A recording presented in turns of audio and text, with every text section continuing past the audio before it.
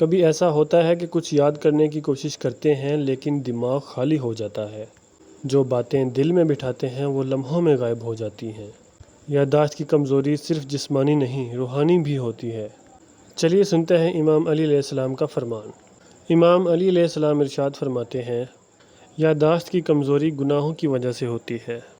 ایک دفعہ کا ذکر ہے، ایک طالب علم امام علی علیہ السلام کے پاس آیا اور عرض کیا، یا علی، میری یادداشت بہت کمزور ہے، میں کیا کروں؟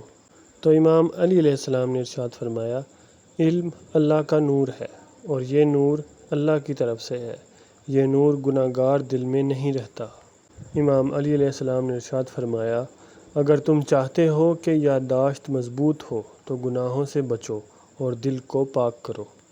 مولا علی علیہ السلام کی یہ نصیحت سن کر نوجوان نے فوراً توبہ کی، غیبت، جھوٹ اور فضول باتوں سے بچنا شروع کیا۔ ہر نماز کے بعد استغفار پڑھنا شروع کیا اور رات کو درود شریف پڑھ کر سوتا۔ چند ہی دنوں میں اسے فرق محسوس ہونے لگا، اس کی یادداشت تیز ہو گئی۔ دوستو، یادداشت صرف دماغ کی بات نہیں، یہ دل کی صفائی سے جڑی ہے۔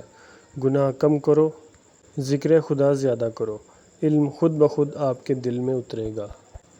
ایسی اور اسلامی باتیں جاننے کے لیے چینل سبسکرائب کریں اور اس ویڈیو کو ضرور شیئر کریں۔